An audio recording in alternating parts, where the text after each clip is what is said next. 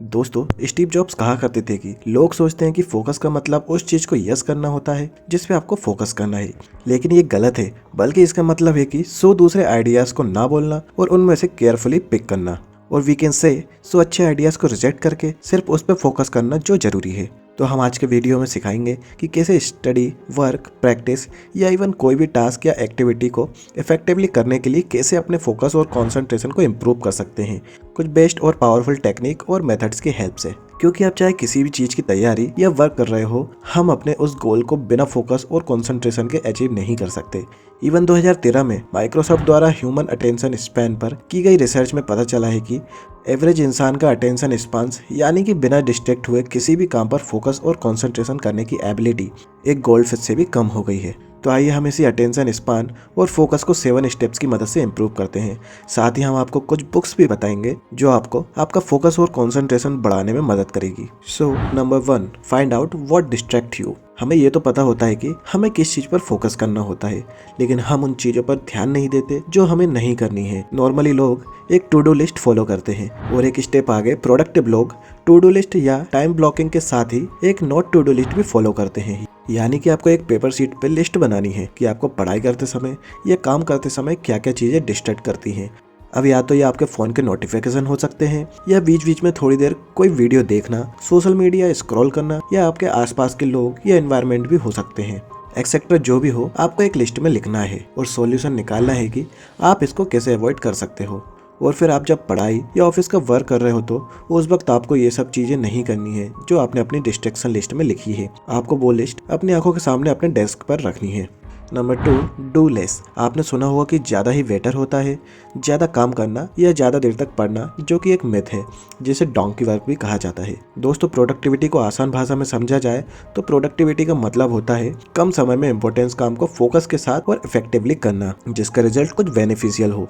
अब अगर आप ज़्यादा घंटों तक काम करने में या पढ़ने में बिलीव करते हो तो आपको अपनी फिजिकल एनर्जी और मेंटल एनर्जी दोनों को बैलेंस करने में प्रॉब्लम होगी। अब हम आपको यहाँ आलसी बनने के लिए नहीं कह रहे, बल्कि ये कह रहे हैं कि एक सेट टाइम पीरियड के अंदर ज़्यादा से ज़्यादा रिजल्ट लाओ। सिर्फ वही काम करो जो मोस्ट इंपॉर्टेंट है, क्योंकि इंपॉर्टेंट तो हर टास्क लगता है। 80-20 प्रिंसिपल का यूज़ करो और मल्टीटास्किंग मत करो। इवन वॉरेन बफेट अपनी डेली टास्क एक लिस्ट में लिखते हैं और उन टास्क की इंपॉर्टेंस के अकॉर्डिंग उन्हें ABC प्रायोरिटी देते हैं और फिर बाद में B एंड C को काट के सिर्फ A प्रायोरिटीज पर फोकस करते हैं। और सेम ऐसा करके आप भी अपनी मेंटल और फिजिकल एनर्जी को सेव कर पाओगे। वो जब आप दोबारा काम करने बैठोगे तब वो बची हुई एनर्जी आपके काम आएगी और आप अच्छे से फोकस कर पाओगे। Number 3, decide what you want in the end. किसी भी इंपॉर्टेंट टास्क को सीधा या सोच के डिसाइड मत करो कि मैं ये टास्क इतने टाइम या इतने घंटों में करूंगा, बल्कि ये देखो कि आप जब वो काम करके उठोगे तो आपको एग्जैक्टली रिजल्ट क्या चाहिए, और जो रिजल्ट आपको चाहिए वो रिजल्ट आप इस टाइम ब्लॉक के अंदर कैसे अचीव कर पाओगे। 1 से 2 घंटे तो कोई भी बैठकर काम कर सकता है, लेकिन उन 2 घंटों में फोकस और इफेक्टिव रहना जरूरी है ताकि हमें अपनी मेहनत का उसी समय रिजल्ट मिल पाए। एक्चुअली एक स्टडी में पता चला है कि प्रैक्टिकली और अचीवेबल प्लान सेट करके हमारे रिजल्ट को अचीव करने में 42% चांसेस ज़्यादा बढ़ जाते हैं। और इसी प्लानिंग की वजह से हमारा फोकस उन कामों पर लग जाता है, क्योंकि हमें पता होता है कि कितने टाइम के अंदर और कैसे और क्या करके हमें अपने रिजल्ट अचीव करने हैं। Number 4, be in the flow state. दोस्तों, फ्लो स्टेट एक ऐसी स्टेट है जहां आपके आसपास क्या हो रहा है या क्या डिस्ट्रैक्शन है उससे आपको फर्क नहीं पड़ता। आपका सारा कंसंट्रेशन और फोकस सिर्फ अपने काम पर होता है। फ्लो स्टेट बोरिंग और एंजाइटी के बीच का स्टेट है, जहाँ जो चीज़ आप कर रहे होते हो वो आपको ना ही बोरिंग लगती है और ना ही उससे आपको डर लगता है कि ये कैसे होगा।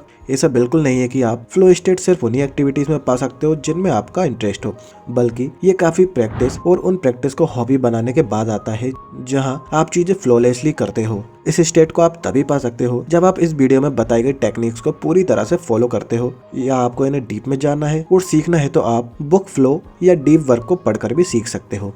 Number 5, find the right time according to you. कोई कहता है सुबह सुबह पढ़ना या काम करना सही होता है, तो कोई कहता है कि दोपहर या रात को।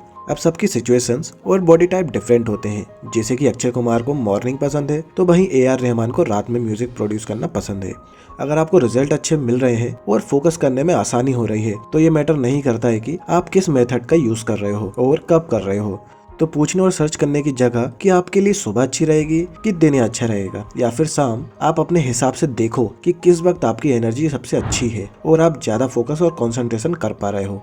उस टाइम अपना मोस्ट इंपोर्टेंट टास्क या काम करो और बाकी वक्त वो काम करो जिसमें आपको ज्यादा फोकस और कंसंट्रेशन करने की जरूरत नहीं पड़ती। लेकिन ये जो टाइम डिसाइड किया है उसमें सिर्फ काम होना चाहिए और कुछ नहीं। Number 6, don't try to focus, make it a habit. Actually focus and concentration एक हैबिट की तरह होते हैं जो कि वक्त के साथ बिगड़ भी जाते हैं और हम उन्हें वक्त के साथ ठीक भी कर सकते हैं।